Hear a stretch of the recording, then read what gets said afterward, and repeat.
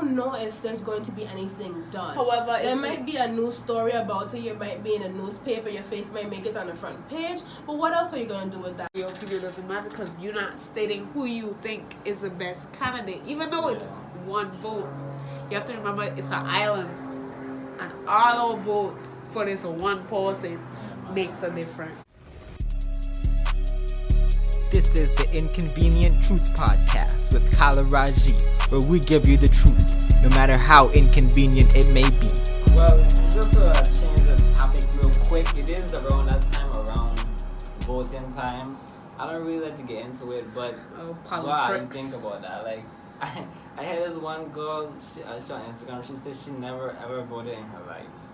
And I feel like millennials now, people our age, they don't care to vote. And like, alright, so here's the contradiction, right? I feel voting gives you a say. Alright? However, at this moment, even up to my mother says, if you don't vote, you have no say. So even as I'm sitting here and I don't vote as yet, she's like, well, you don't matter to the population. So if I say I don't like so and so, she's gonna say, well, it doesn't matter, your opinion doesn't matter because you're not stating who you think is the best candidate. Even though it's one vote, you have to remember it's an island, and all our votes for this one person makes a difference. However, I can't say yes, this person will do what they say, but you have to look for the best out of them all. Lesser two evils. The lesser two evils.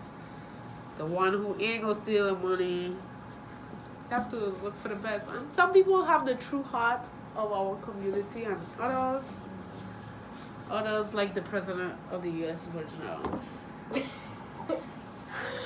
Okay. Well, my take on this, right? Yeah. Did you see that video on Facebook with Terry Nelson when he was telling, I don't even know who he was, but he was telling them that he ain't in the heck? Yeah. He in the heck with them, he could come yeah. he could come to them with whatever it is. I understand what he's saying, but as a governor and a person of power, I don't feel that you're supposed to be going on that way. Yeah. You're supposed to have some sort of decorum. I honestly get some sort of amusement when I see those Senate House. For real, maybe going back Like, and it'll forth. be like a bigger type college hill. Like, I don't know. To me, it's the same media thing. And then two, I feel that the reason I haven't voted either. I do have my voter's ID. I can go and vote.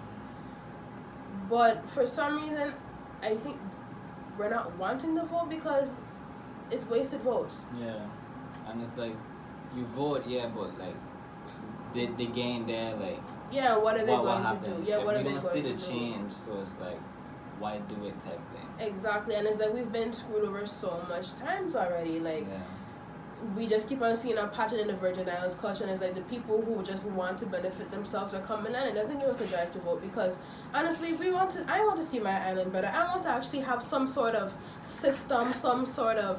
You would even have town meetings or even any community meetings or nothing. Yes, we do.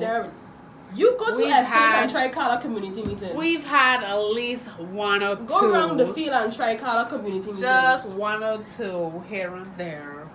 We had some. And the pink moons them. We had some on St. Thomas and they had some on St. Croix and they assumed to have some on St. John, which never happened. I could assume St. John because St. John is like all they have to do is just meet at the ferry dock and the whole town. Oh my God. The whole town. She right though. My God, I can't believe she said that. But St. Julian's gonna come for her. I quote, I did not say that. Don't come for me, please. But come for you, Kammi. It ain't no change in what it is. I'm hoping that we get a person that is going to actually benefit us and genuinely want to help the island instead of just getting the name and the credit and the perks of it and just doing stuff here and there. So let me turn it around real quick. So, talking about voting, blah, blah, blah. Yes, vote. Please vote. It's very important. Mm-hmm. However, think of it this way. We as college students who are about to become graduated seniors out in the world. So I also look at the fact that all of us just want to leave the island. So when we all leave, who's going to be here? Exactly. The white people are coming in. Who's going to change? Yes, the white people coming in, but they don't know more than we know. They're going to? You can't look at a mentality, because when you have somebody from outer states, then they're going to change everything. But that is what St. Thomas is built on. We're an island that is American associated and assimilated. Okay. Gentrification. True. It's like a big gentrification island. Like, it's just molding around what they want. That's true, but I mean, they don't have us say everything. But if we don't stand up and say what we have to say, nothing will change. But they have to give us a reason to feel that when we stand up, it's going to matter. We could have a protest on waterfront saying that UVI students, one, this island too small because one, people have too much pride. One. Two, if you do that and you reach out, we don't know if there's going to be anything done. However, there might be a news story about it. You might be in a newspaper. Your face might make it on the front page. But what else are you going to do with that? It might go to the Senate, have one little discussion, and that's it. That is very true. However, if you don't make the step to change, nothing will ever get done. Your voice will never get heard. And this is why we need to vote. Because we need to have this one person or many people who are in our Senate who can talk on our behalf. That's true. And having somebody that's from the USVI, somebody who's lived here 30, 40, 50 years. Okay, 50 years, you don't need to be running. But basically, we want somebody from here. We don't want nobody from out there coming in telling us what to do. Understood. I'm from here. Well, he's from St. Croix, so he's from True, here. but he's still from here. He's still from the USVI. Exactly. He knows. He have an idea of what's going on in St. Thomas. He have an idea of what's going on in St. Croix. What he doing? He's enabling it. Yeah, it's like this just getting there and just. There's so much dirty shit that there's probably stuff that's gonna be coming from it or whatnot, but there's so many dirty stuff y'all don't even know in the government that they're enabling and just making you look that that's where your money's going to, but they ain't gonna tell you that. Your tax money? Fun check never come. Alright, man, it gets deep, but we're gonna leave it on a little funny note. I get this riddle for you. Okay. Alright? I am often running, but I don't have legs. You need me, but I don't need you.